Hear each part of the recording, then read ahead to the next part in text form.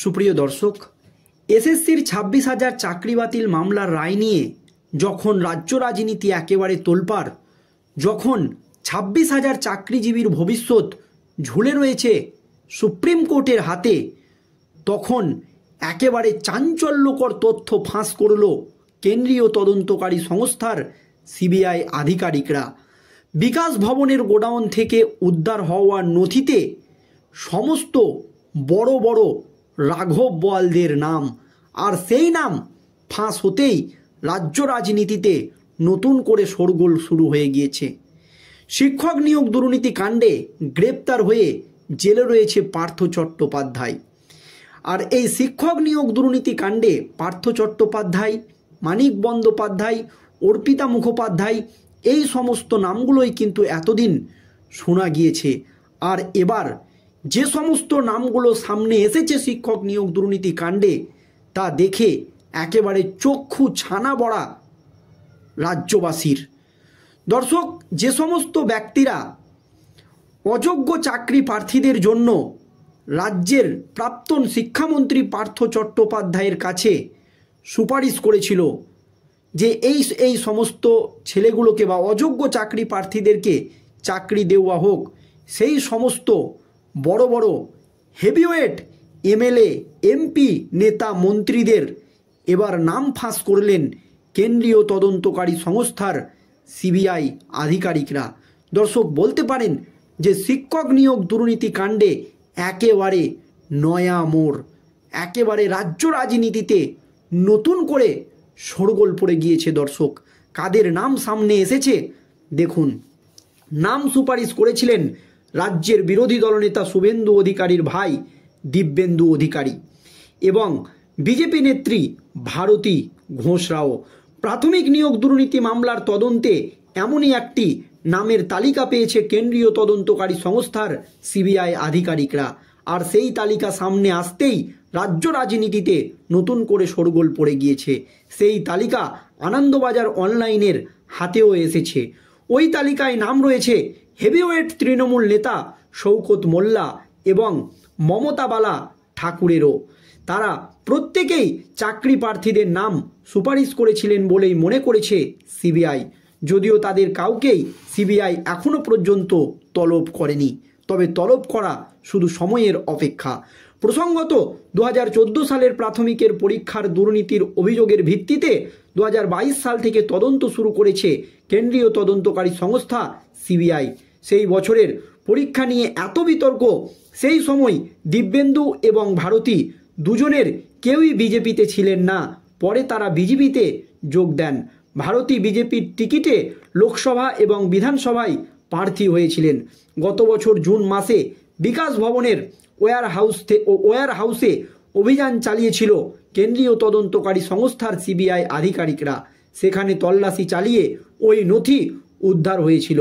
CBI সূত্রের খবর, দিব্যেন্দু ভারতীরা যাদের নাম সুপারিশ করেছিলেন, নথিতে তাদের নামের তালিকা রয়েছে। ওই তালিকা রাজ্যের প্রাক্তন শিক্ষামন্ত্রী পার্থ চট্টোপাধ্যায়কে পাঠানো হয়েছিল বলে জানিয়েছে কেন্দ্রীয় তদন্তকারী সংস্থার সিবিআই আধিকারিকরা। সিবিআই যে নথি উদ্ধার করেছে তা আনন্দবাজার অনলাইনের হাতে।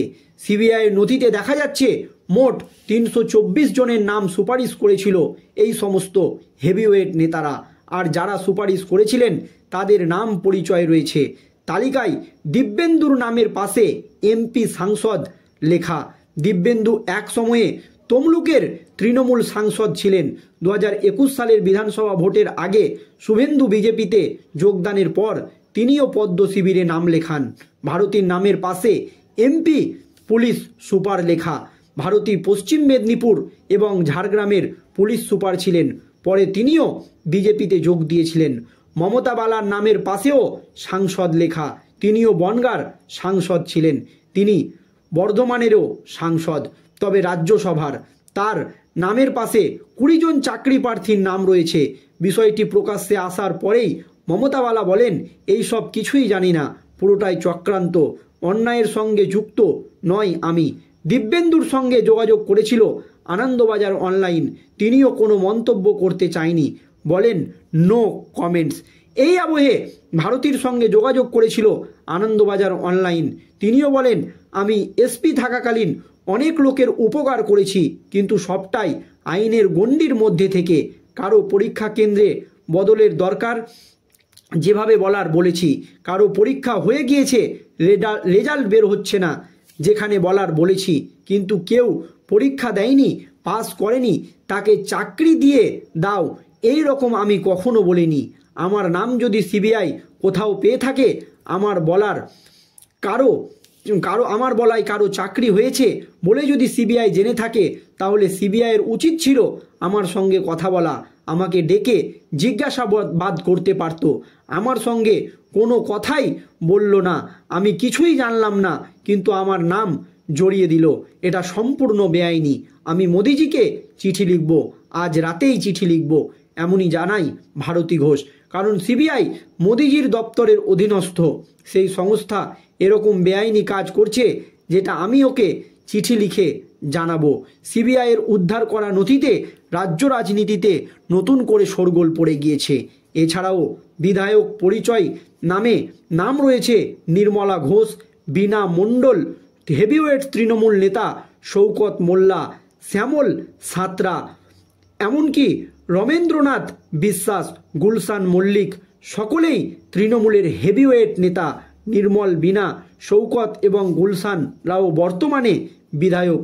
নথিতে রাজ চক্রবর্তীরও নাম রয়েছে দর্শক, নথিতে রাজ চক্রবর্তী, কিন্তু তার নামের পাশে কোনো পরিচয়পত্র নেই, কিন্তু রাজ চক্রবর্তী নামও কিন্তু কেন্দ্রীয় তদন্তকারী সংস্থার সিবিআই আধিকারিকরা যে নথি উদ্ধার করেছে, সেই নথিতে রাজ চক্রবর্তীর নামও পাওয়া গিয়েছে।